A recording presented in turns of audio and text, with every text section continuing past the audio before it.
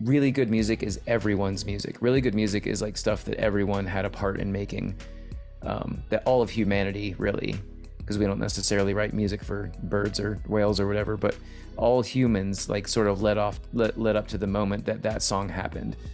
To appreciate a musician at the level that like we do is kind of funny, because like really it's all a big ritual that we're all part of, and like creating like this thing. We just happen to not know which direction to look, you know what I mean? And so the way that we default to look is the musician that's playing the music. All music is shared, you know what I mean? It's like it's a shared experience, and like if it wasn't part of someone already, they wouldn't appreciate it nearly as much.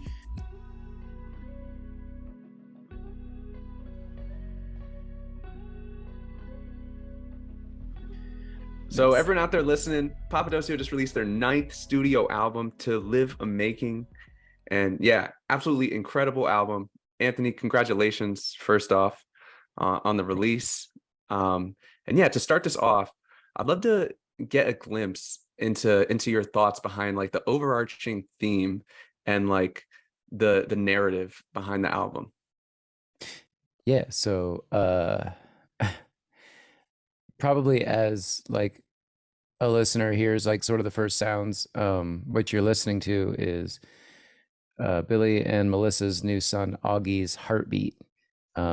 You're listening to that kind of begin like the whole journey, and then you hear some like vocalizations from my son Lyric, and he's just being a goon because he's a goon, and he's like playing his little recorder, and like yeah, so there's what we wanted to do with this album was put a bunch of Easter eggs in there with like our families.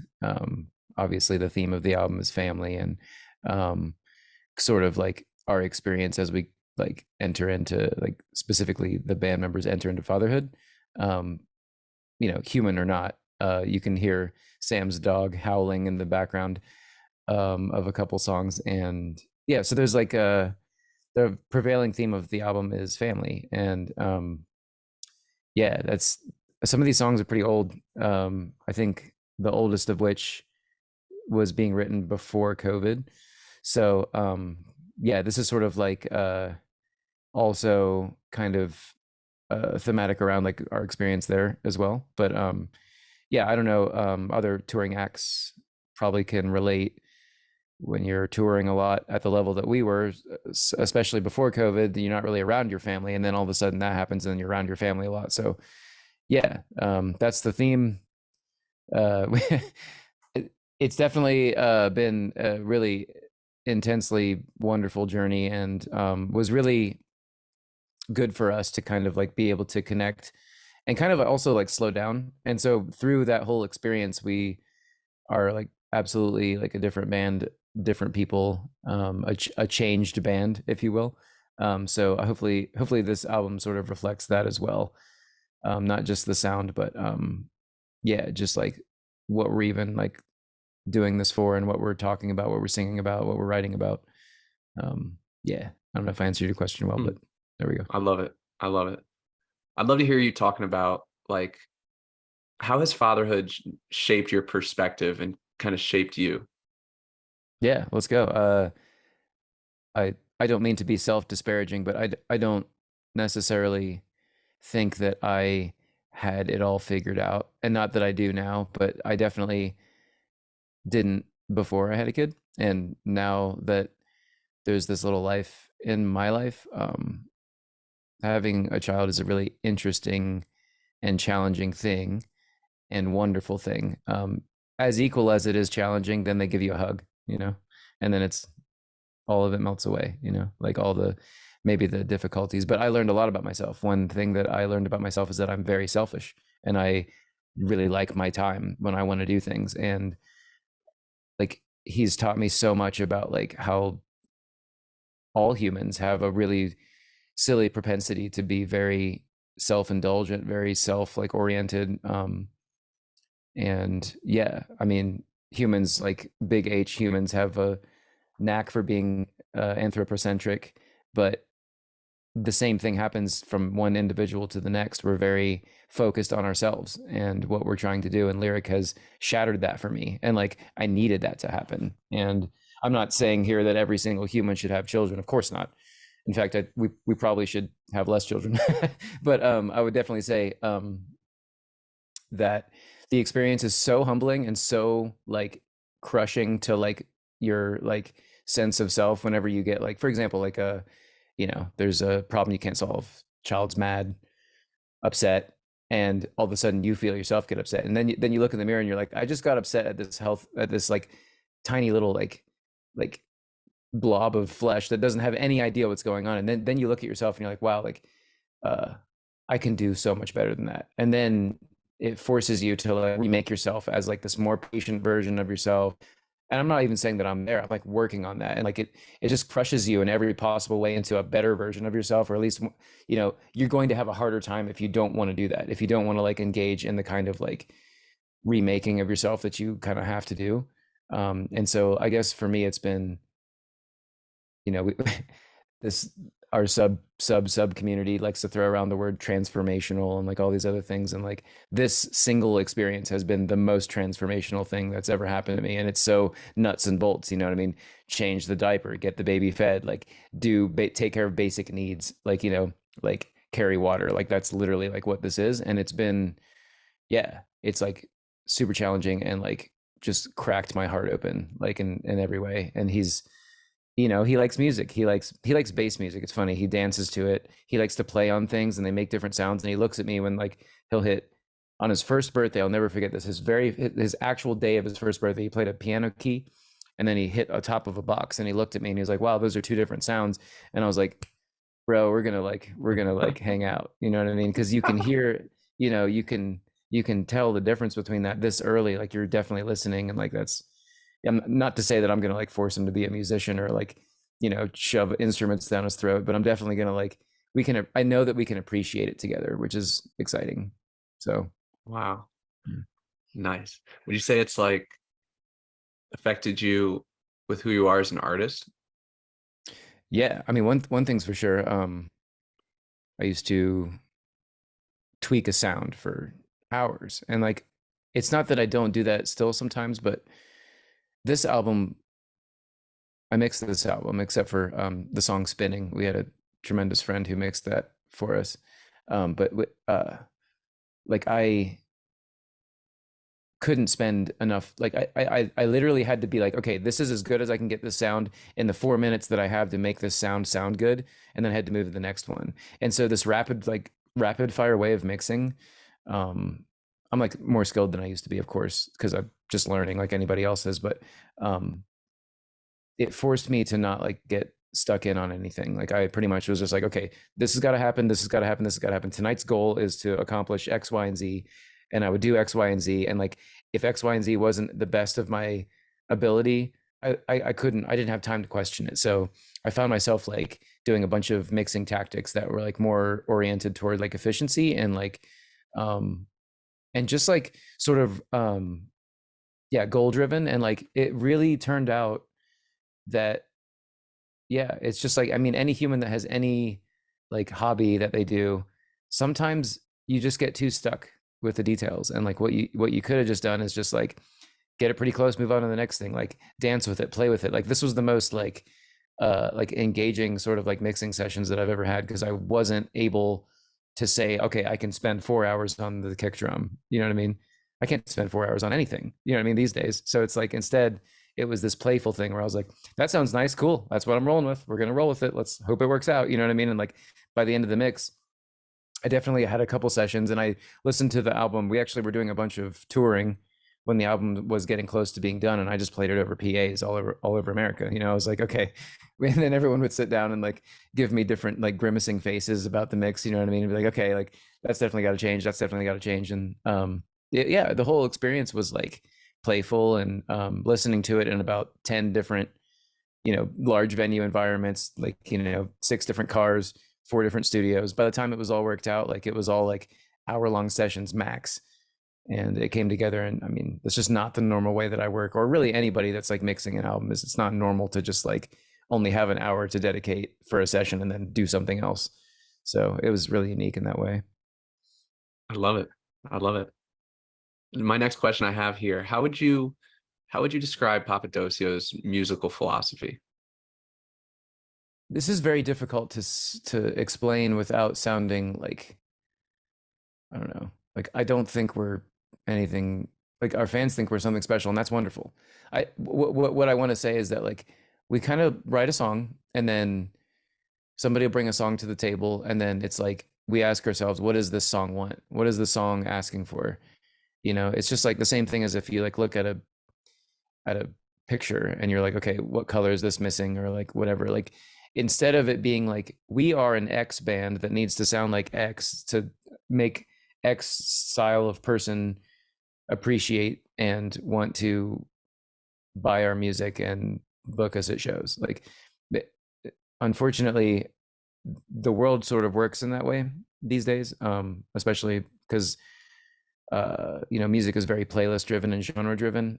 We kind of have been the variety show, and it would be very difficult for us to pivot away from being a variety show now, because that's sort of what our fan base expects from us. They expect that song A, song B, and song C will be as far apart from each other as possible. You know what I mean? So it's kind of like it's in some ways it's something that we're proud of, you know. So yeah. So basically the process goes, someone has an idea, we ask what the song is asking for. Sometimes they come with like a lot of parts. Sometimes they don't. Sometimes it's a riff, but most of the time it's like a song with a bunch of parts. Everybody sort of like takes those parts and then expands upon those ideas into like maybe something that's better than, or something more complex, or something more fun to play, or something more akin to the instrument. I mean, a lot of the times, if I'm writing a song, I'll end up writing it with like a, you know, a MIDI keyboard, and it's the you know, the bass line, or I'll write it with the guitar, and the guitar part is supposed to be the piano part. So like, you know, you actually go to sit down and play the guitar riff on a piano, there's no way, you know what I mean? Or you go to play the bass line and it was written on an Ableton push, and you know what I mean? Like, this is not easy to do, you know, on this. Or, and so it, you know, we have to really, we have to adapt each other's ideas into what would end up being like, yeah, like Uh, playable or whatever. So I don't know if we have like, I don't think any one song has been done specifically the same way, and I don't think that we have a really good grasp on what it means to like have like a workflow. Like, music producers are really good at that. Music producers they have like a workflow. They like do the same thing the same way and they make it happen. Especially if you're like making one genre, it's a really good idea, I think, to do that. But we're a hot mess, so I don't know. Hi, I'm Katie, producer of Weird Music Podcast. I want to give a big shout out to Voodoo Ranger.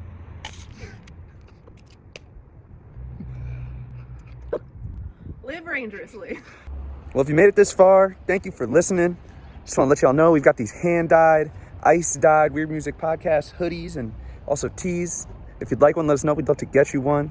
And a big thank you to the geniuses over at Thrax CBD for sponsoring us with their amazing products. Also want to give a big thank you to J&J Distribution, Ohio's premier Delta 8 and CBD wholesale supplier. Retailers, check out their brands Cloud 8, Compassionate Buds, and Zaza. Got links in the description. And yeah, much love, y'all. Now back to the episode. what would you say is the personality trait that you most admire in the people you work with and look up to? Well, I appreciate and look up to the most my bandmates, because yeah, I think that the entire music industry is sort of like having this realization right now, kind of knowing that it is a very difficult and very difficult to create a sustainable model out of being in a band. These days, is if you see a band on tour, somebody's losing their ass. Somebody is. You know, even the biggest acts that you've ever seen, somebody out there isn't making it. And like, that specific fact alone is like sort of hard for people to understand and grasp.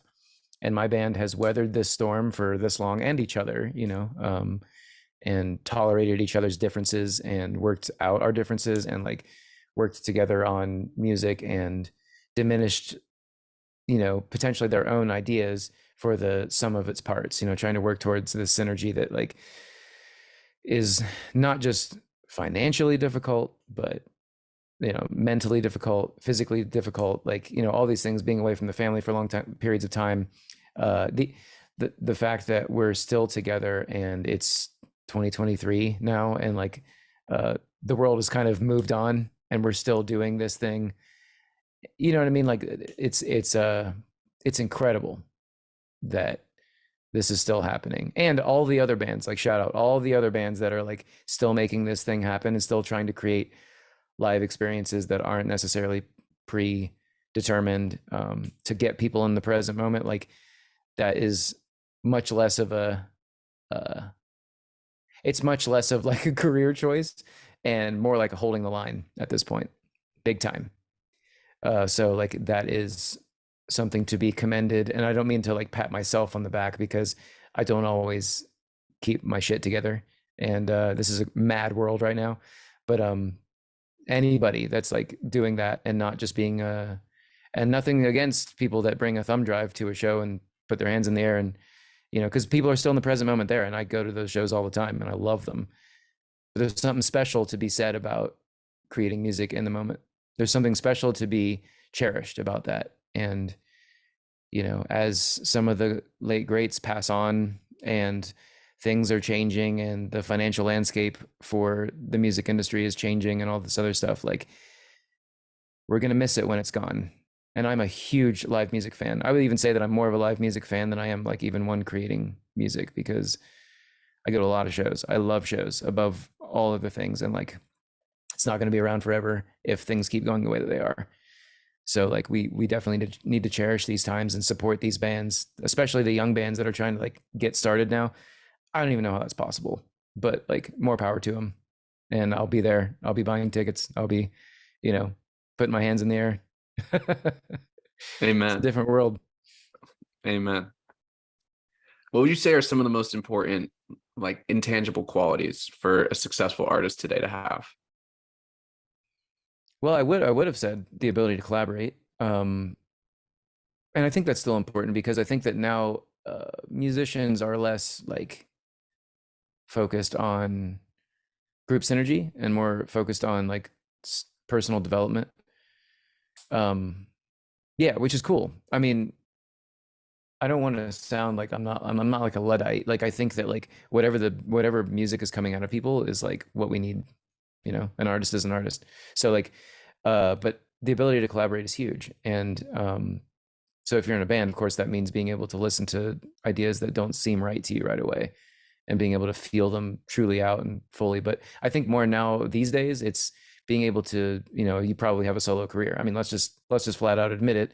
9 times out of 10, new music, that's new careers that are starting or new artists that are trying to come out are solo artists. So your ability to like navigate the collaboration landscape is like really important and huge. And then your ability not just to collaborate with musicians, but like, yeah, everybody, like, there's other people that are really putting that out there, like show promoters in a town. Like you need to collaborate with them, you need to work with them, you need to give them what they need to be successful and do the things that they're trying to do. Yeah, there's a lot of collaboration. There's a lot more than, when you're an artist, likely you're kind of an introvert. You're probably a little, not good at talking to everybody, but cultivating that skill, will be something that you kind of have to eventually do. And so I don't know, like collaboration is kind of what's coming up for me now, because we've done it so much ourselves. I'm not saying I'm not awkward, because I'm still pretty awkward, but I'm a lot less awkward now because I've had to just talk to people, and try to like, make successful shows happen with teams of people all across America from many different, walks of life. And like, it's been, it's sort of changed. I'm definitely different. I used to really just like, when I was in high school, I used to like not talk to anyone. I was like one of those like kind of like weird, like introverted kids. Melissa was actually asking me, my partner, she was asking me, she's like, did you ever like go goth or, or anything like that? And I was like, well, I had Jinkos and I had like, the like chain wallet. That's probably before your time, but like I definitely was like one of those like, don't talk to me. I'm like a dark kid. You know what I mean? Like you don't know who I am, but like, and then through being in a band specifically, like made me talk to lots of different people, and yeah, sort of, yeah, this whole thing's been pretty healthy for me in my life. I love it. So jumping a little bit to the side here, I want to talk with you about the balance between like self-importance and then humility when you're in the like pursuit of creating the best thing you can make. Like, how do you navigate the fine line between taking things seriously versus having like a sense of openness, like letting go? As it pertains to as it pertains to yourself and your image, but then also as it pertains to things you're creating?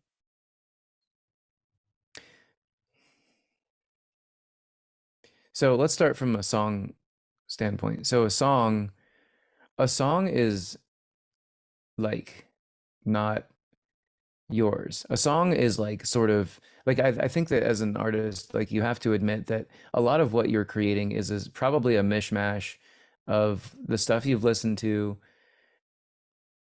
plus a distant car horn, plus like like a dream, plus like a little bit of you. You know what I mean? Like it's all those things. So you have to like first of all give props to the things around you that like generate that idea. I think it's so much less like the artist and so much more everyone.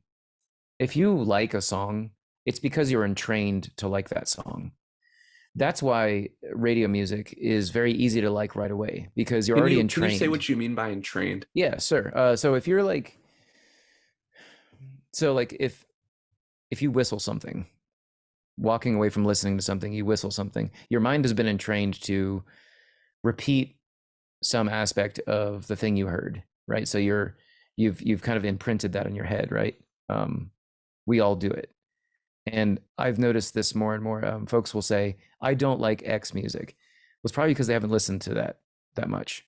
And if they listen to it enough, it's not necessarily that they would like it or dislike it. It's more that they would be entrained to anticipating things, being able to sing along, being able to, when they walk, it comes out of their head when they're walking. Like, we are so musical. All people are so musical that it's not as if a musician or an artist is making things on a level that like other people if somebody was making something so crazy that like you couldn't have some sort of like entrainment or some sort of like musical memory that would engage when they were doing it, you wouldn't connect with it, and therefore you would look at it as like mindless noodling or something that you couldn't connect with. So like when we take a celebrity or somebody who's like writing music on a high level and like lift them up above us, it's kind of like it's sort of, the way that I see it is sort of like missing the point.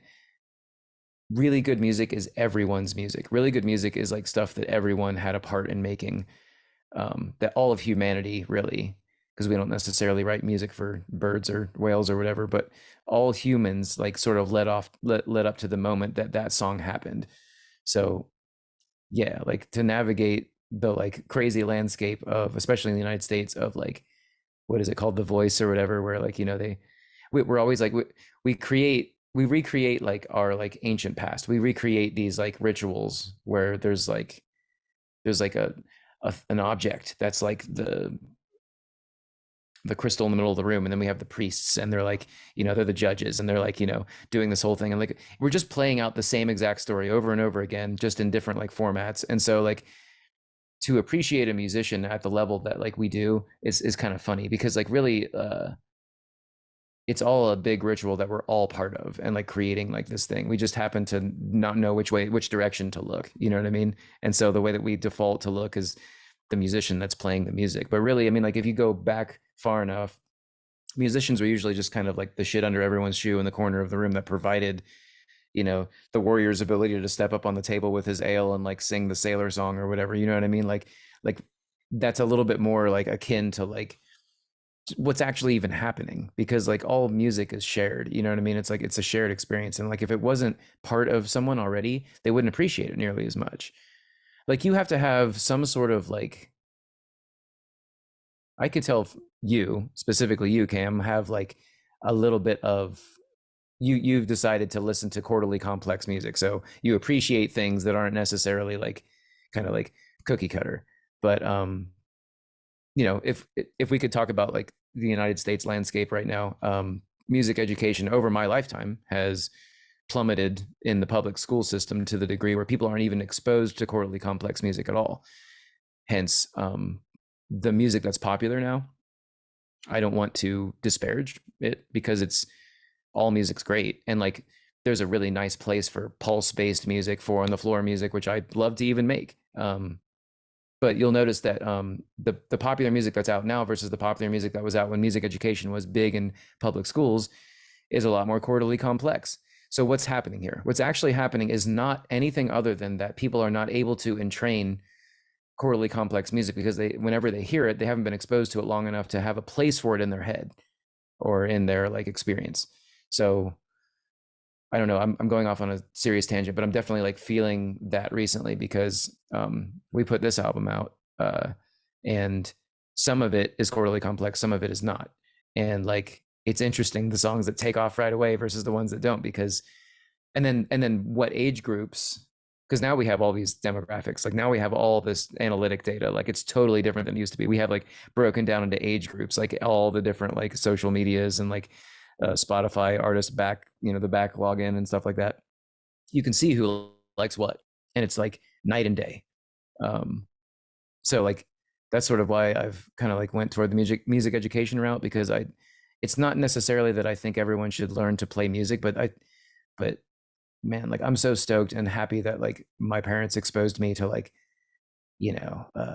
John Williams and like Debussy and like all these like artists because like I don't know if I would have as much of a colorful life if I didn't get a chance to listen to music like that young. So when I was like fully able to absorb what was happening and being like, wow, like, this song changes key like 6 times. It's 15 minutes long. It's got, borrowed chords. It's got like beautiful melodies that are like, playing chord tones and non-chord tones, creating tension, like letting that tension release. Like these are all things that are like, they're dying. They're slowly but surely like kind of going to the wayside as like, the hungry engine of profit driven weird incentives are pushing the music industry, and playlisting everything is pushing the creators to create things that keep their livelihood going. It's all understandable, it's all good, and hopefully we're just kind of exploring rhythm right now, and that's it. But yeah, like to kind of bring this all home and to conclude, I think that a listener does themselves a serious favor by like seeking things out that they don't normally listen to. And if they hear it once and they don't like it, just try it one more time, because it's crazy what'll happen the second time you go through something that you think you don't like, or that you think that is too much, or out there, or just not my style. Like your style is literally constantly changing because you're constantly exposing your mental system to new things. You know what I mean? I'd love to go deeper on that entrainment thing. I wonder if you have any idea like what the connection is between what you were mentioning with entrainment and just having, like earlier you mentioned the word transformational, like a transformational experience through music, and like how entrainment is involved in that. So I think if you go to an American music festival, you happen to be surrounded by very open-minded people, whether that's substance induced or not. You're sort of like already in an environment where people are trying to have new experiences.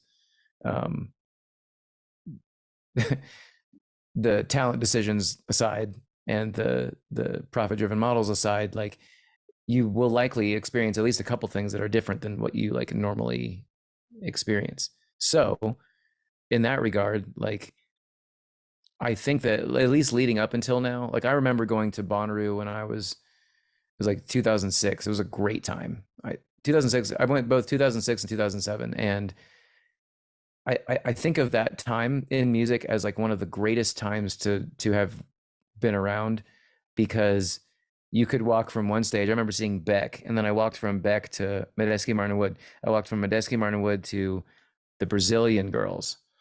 And, between those 3 acts, like you have run the gamut of like maybe all the sounds you can make. Like I just remember being like, this is, and then, I think it was Radiohead that year, magical, a band that has basically defined themselves by using borrowed chords and like really challenging things, and that's a good band actually to have an example of.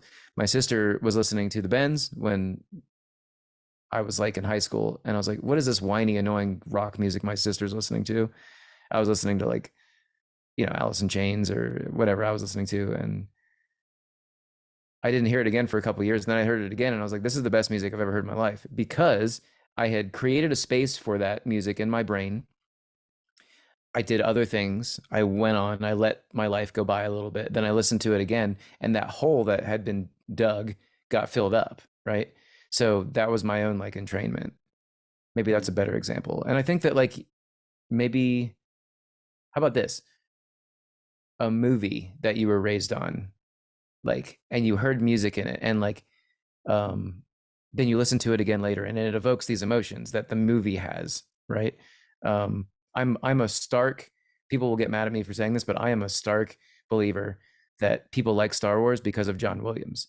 I would say that like Star Wars is three things. It's a great cast, you know, is really well cast. It's a great environment, and it's great music. You know what I mean? Like the story, how many times have we seen that same story? How many times has the hero story been played out? Like, you know what I mean? You can tell the hero story, and of course you're going to get some emotion out of it. But if you don't have a good cast, you don't have a good environment, and you don't have good music, you know, like when you hear that like main theme, like the Jedi theme, like come on, like everybody gets stoked about it. Like, let's admit it. Jurassic Park. Well, let's just go through John Williams. Let's just do John Williams alone. E.T. You know what I mean? Like these aren't the best movies in the world. They're great movies, but they're not like, the reason that you love them is because of the music. Like it's part of it, at least. It's a third of it. It's a strong third of it. Like, you know what I mean? Like there's great special effects or whatever, but like, you know, like the reason you go back is because it evokes something. You know what I mean? And so like these are all things that like, and I think that might be maybe these days how young people may hopefully get entrained to music like that, because soundtrack music is sort of like the last bastion of, you know, chorally complex like things. You know what I mean? Like you could conceivably, if you trained your TikTok, for example, to be like full moron, like you could literally walk through your life and only hear music that has the bass line has never changed, two chords max. You know what I mean? You could do that. Like if you didn't know what you were doing. And it's not that these kids are stupid. In fact, like the new generations are so much smarter in so many ways than the previous generations, but it's very possible to limit your musical experience to like nothing. And like that's definitely like, it's definitely a thing. So like, you know, I mean, I guess at the end of the day, fortunately we have soundtrack music, and soundtrack music is definitely like, as much as it's ever been, it's still orchestral. It's still got like lots of timbres. It's still got lots of it seems to be that it's not trying to get dumber, or I like to equate like music that isn't moving too much or changing too much as like sort of like Doritos. You know what I mean? Like it's delicious. There's no way you don't like it.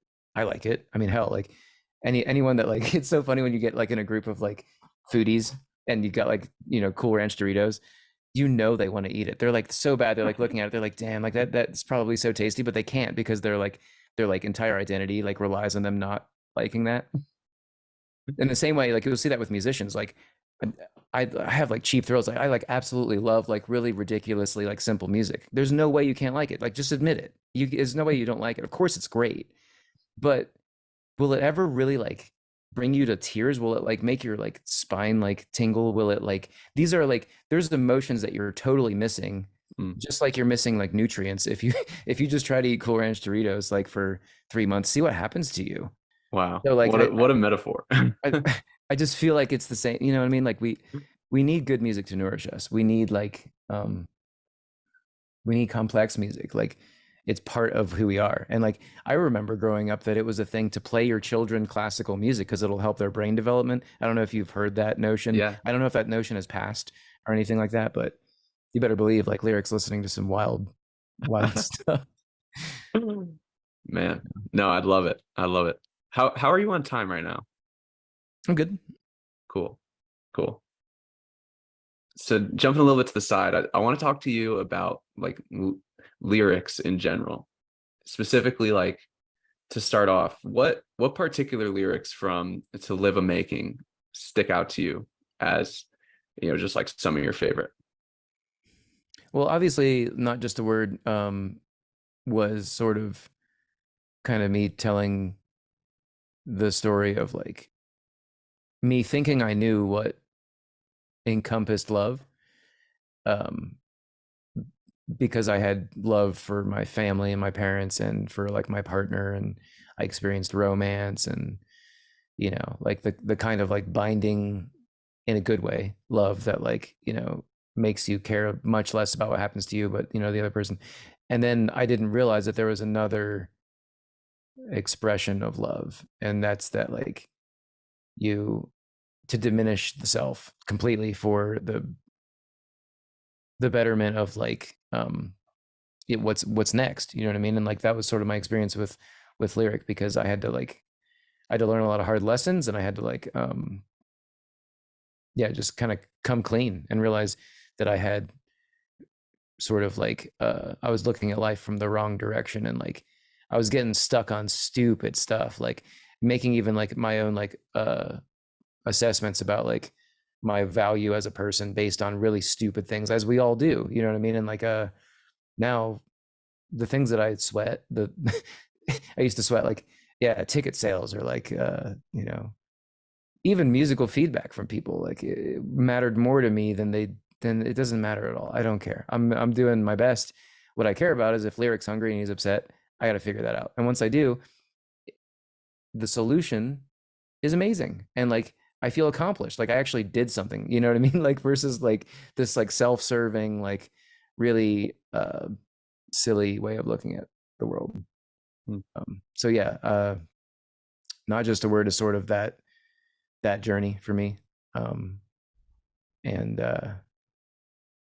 yeah, I think that you could even like extrapolate off of that and say that pretty much every song that I personally wrote lyrics for is like the is sort of like from that perspective. Like Fossilize is a that's a funny one. Fossilize is funny because it's like, how can you say a really depressing and true thing but still make it fun? You make it a jam band song. You know what I mean? Like, you know, like the chorus is literally we're dinosaurs, we're already fossils. Like, you know what I mean? Like, and it's like, you know, I think there's a lot of peace in kind of accepting that, you know, this, you know, we can't sustain any of the human activities that we're doing. We're in a meta crisis. There's like every possible problematic thing is happening all at once, and there's literally no solution at all. So like, why not have fun with that? You know what I mean? Why not have like you know, a joyful, like, you know, it's like there's the you have to, you know what I mean? Like you have to laugh. You have to laugh your ass off at the like at the absurdity of it all. You know what I mean? Especially if you have a kid, because that's a whole nother level of like you know what I mean? So like uh yeah. So everything, yeah, every lyric I would say at least that I had a part in is definitely coming from the perspective of like fresh parenthood. What would you say in general with Papadosio's discography? Like looking back on not even all the lyrics that you've written yourself, but just all Papadosio's songs. Like what are some of the lyrics that stick out in your mind right now when I ask this about that ones that have had an impression on you? Like throughout like all the whole catalog? Mm-hmm. Mm-hmm. I still think that my favorite lyrics are probably from the song All I Knew, because I think that a lot of our problems are cultural problems. They're like we we have a propensity to be our own worst enemy, you know. I definitely am. And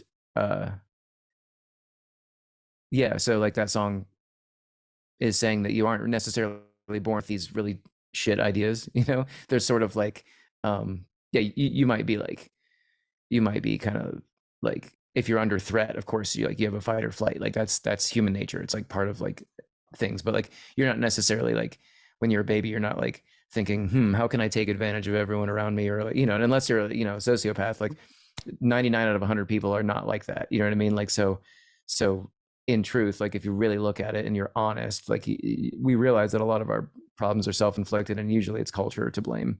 So that song kind of is saying, you know, people aren't necessarily bad. It's just collectively we have bad ideas. So we optimize for bad ideas. And so like we're trying to learn how to, like, obviously we're trying to learn how to not do that. and a lot of our lessons have to be learned the hard way, which is lame. But that song tries to, again, it's another thing where you try to put a positive spin on it. You know what I mean? Like it's like so important. Like it's so hard to talk about difficult stuff, and I don't know why I didn't just decide to like write songs about the color green or something. You know what I mean? Like it probably would have been easier, but I don't know. It's like it's the song. Like again, it's like Hmm. the song was saying this, and even if I was saying something else, the song is saying that. So you have to do what the song is trying to do because it's not your music, really. Like if you're really going to be honest about it, it's not your music that you're writing. It's music that is trying to happen. That you had maybe a cockpit sort of like you're at the main controls of it all, but like there's an entire like Starship Enterprise that's making it happen. You know what I mean? Like there's a lot more that's like contributing to making the thing happen than you. So you got to get you out of the way. And yeah. Hmm. Do you ever feel anxiety about death? Like, how do you feel when that topic comes into your mind? Mm. I am way more I care way less about my own mortality than I care about, first of all, my son's, because you know what I mean? Those are like, he's a toddler. So of course he's headed directly toward death every 5 seconds. You know what I mean? He's trying to figure out interesting ways to destroy himself. So you have to like, that's like definitely like a thing. So I can say that now. Like prior to that, I had a lot of experiences throughout my life that like, um, made me realize that I was more afraid of dying than I thought that I was. Experiences and like everything from psychedelic ceremonies to actual physical danger to just stuff. You know what I mean? Everyone goes through these like feeling under threat and stuff like that. And I've noticed sort of like recently, like those things aren't prevalent in my mind in those scenarios as much anymore. Now it's just like like what would happen to Lyric if I or Melissa or like my family or like I start to think like I've realized I've sort of let go of like being so like afraid of my own mortality and more afraid of like what would happen in my absence. My band, how would they do? You know what I mean? Like these are all like things that it's funny. I don't know why that's happened. I'm almost 40, so maybe that's why. I don't know. I feel like somebody said like don't worry about death because each year it gets less scary. You know what I mean? Because Leaving it all out on the field. well, yeah, if you've ever had the unfortunate situation where you've had like a grandparent pass away or something like that, but you talk to them, you know what I mean? Like you're with them in hospice or you're with them like usually they're pretty at that point they're like I'm over it. You know what I mean? Like so it's not like I know that that's coming in the case that I'm lucky enough to live that long. You know what I mean? Like I'm not. I guess like mortality isn't the same thing. And I also like have had enough experiences to know that this isn't it. And I'm not saying that it's not it for me. My memories, whatever makes me think that I'm Anthony versus just a sack of bugs that are having a synergistic experience and controlling my body to get nutrients, whatever that thing is, like I'm pretty sure that life continues. And this whole like synergistic thing we call consciousness is definitely like something we don't understand. So to make any sort of conclusions on it is dishonest, right? And not like a Mm. scientist would maybe say that this is it. You live and then you're dead. Okay, but you don't have any proof otherwise, and you can't explain consciousness to me. The opposite end is, a spiritual person would say, well, there's definitely this afterlife, and you better do X, Y, and Z if you want to have a good one, and all this other stuff. And it's like, well, that's dishonest as well because you can't prove it. You know what I mean? So, frankly, I really am enjoying the mystery of it all, Hmm. and I'm like, there's a part of me that's sort of like stoked to see what's next. You know what I mean? Like I'm pretty like I've done a lot of things as Anthony. I'm ready to maybe do a lot of things as like, I don't know, like whatever else there is, I don't Hmm. know if that's a good way to put it, but yeah. Well, man, this has been freaking awesome. I got a few more questions for you here, but thank you for taking this time and chatting with me here. And yeah, if you listen this far, link in the description to Live a Making. Congrats again on that. But yeah, a couple more questions for you. Um, with you now, with where you're at as an artist, what would you say is most important to you with how you're like defining success for yourself? Hmm. Well, I'm teaching a lot. And so I guess like the success of my students is really important to me now. Um, that wasn't even a thing.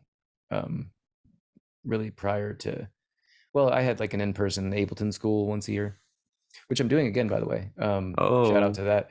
I'm doing that here in Asheville. I haven't announced it publicly yet, but I might as well. September 7th to the 10th, I'm having an in-person Ableton school here in Asheville. But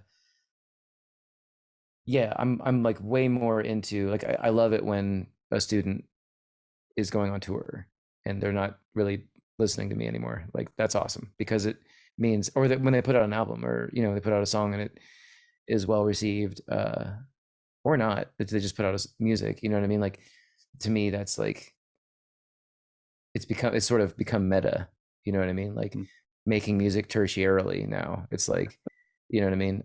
So that's huge. Maybe the biggest thing, maybe the biggest different thing, but I don't know, like, something that I'll do is I'll come up with an idea on an instrument or in my software Ableton or whatever, and I'll take that idea somewhere.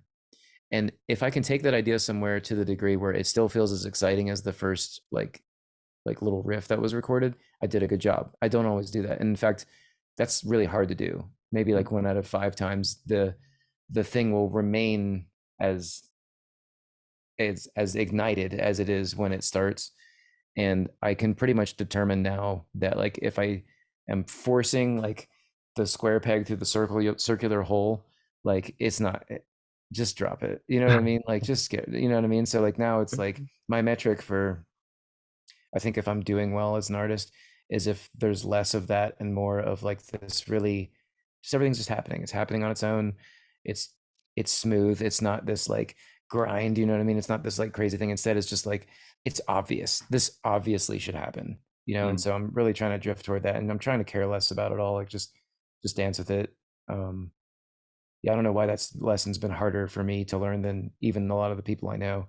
I was really kind of a control freak, really obsessed with like trying to get a certain sound and blah blah blah blah blah. Now it's just like, I don't have time. I don't have time. The only time that I have, it better be like a flow. It needs to be flow state. It needs to be enjoyable, because I only get to be me once, and like, life is too short for like not having fun with what you do, but also just like, experiencing anything other than just like a state of flow. And it does, and I think that a state of flow versus like negativity are different things. Like, it can be hard to maintain a state of flow, and it can be definitely challenging, and like, you can rack your brain, you can break your brain trying to figure something out, but it can be exciting still. It can still be, it can still be like a fire that's like, I got to do this. Like, I want to see what's on the other side of this, even if it's challenging. So I'm not necessarily saying I'm trying to like remain like fake positive. I just mean that, like, to truly define, like, if I'm doing it right, it needs to be something that I'm excited about, or else, I don't know. mm. Years are going You by too could fast, you know? totally, yeah. And if only we could have felt that way in hindsight. Yeah. Yeah. I'm not trying to say like I necessarily live with regrets, but whatever the thing right under regrets are, like, you know what I mean? Like, hopefully an energy to like reformulate myself and really integrate the lessons I've learned. Hopefully that's the kind of, whatever that word is. I don't know if there's a word for that, but I feel like resolve. I feel like we as humans have a very great strength of finding silver linings. Yeah. Yeah. Especially the ones that are having a good time. Mm. I mean, like, based on what you said before, with all the smoke in Ohio right now, for sure. Yeah. I was looking across the way and I was like, man, it is foggy this morning, but we didn't get like any of the smoke forever. And now it's just like, y'all have been dealing with it for a while, man. We got a lot down here. I can only imagine what it is up there. I can only imagine what it's like at the scene of the crime. Yeah. Oh my Wild, freaking wild God. times. Yeah. Yeah. So, juxtaposed to this topic, if you could write one piece of advice to be in lyrics' pocket for the rest of their life, what would it be? Don't listen to me if I'm trying to limit you. Like, I like had a lot of, my early upbringing was a lot of people trying to put me in a box, and I'm happy I didn't listen to a lot of people. I'm happy I didn't go to college. Um, I kind of, it's funny because I want to go to college now. I don't have time to. I'd love to now, but like, I knew what I wanted to do. I wanted to make music. Like I didn't need anyone to tell me or even explain anything because I was excited enough to do it. So hopefully nobody puts lyric in a box and like he can access the things that he's excited about uh, without too much in the way, because that's all any human deserves, is the ability to, like, whatever it is, like no matter what I think about it, you know what I mean? Like, unless it's like causing harm to others or himself, like he should be able to pursue, as all children should be able to pursue what they're stoked about, Mm. hands down. And like that's a reality I want to work toward for sure. So Oh, don't listen man. to me. Always your so thing. interesting though to listen to you. Seriously, fucking thank you so much for coming on here and opening up like this. Yeah, man. Thanks for doing this thing. You've been doing it for a while now. What episode is this now? This is 113. Wow. Congratulations. Over Thank 100 you. episodes. Wow, Yeah. man. Love So it. how can fans listening, how can they best support Papadosio? Oh boy. Well, of course there's live shows. Billy just had a kid, so I don't know, like live shows are great. Of course we love playing them. I don't know if we're going to be doing them on the level that we have, because it would be physically unfeasible. So if you do see we're coming around, it might not be as common as it used to be. So pay attention. But I would say even more than that, like we have a really cool thing called the Bandcamp Back Lounge, which is every live show we've ever played and all of our albums you can get for just the I think it's like $10 a month, I'm pretty sure. That's everything. You could probably sit there and like play things out of your speakers for a year and not hear it all. So hopefully the value proposition is good enough for people to like know. I mean, and so for your listeners that maybe aren't familiar with us, we're improvisational. At least 30 to 40% of the show is just made up on the spot. So it's very different night after night. And of course we don't always hit it, but when we do, it's fun. So yeah, that's probably the best way to support us, because as your listeners probably know, Bandcamp money goes directly into artists' pockets, and the grubby hands of the music industry has a difficult time touching that money. So, but Well, yeah. shit. Other than that, just if you hear something you like, write one of the band members a message and say, "Hey, man, keep going. You're making my life fun." That goes a really long way. Well, I'll say it here now. Thank you for making my life fun. And yeah, we're gonna have a link in the description for the Bandcamp Back Lounge as well. But my man, thank you for everything, Anthony. You got it. Thanks, Cam. Thanks for doing this and getting the musicians to talk about stuff. It's awesome.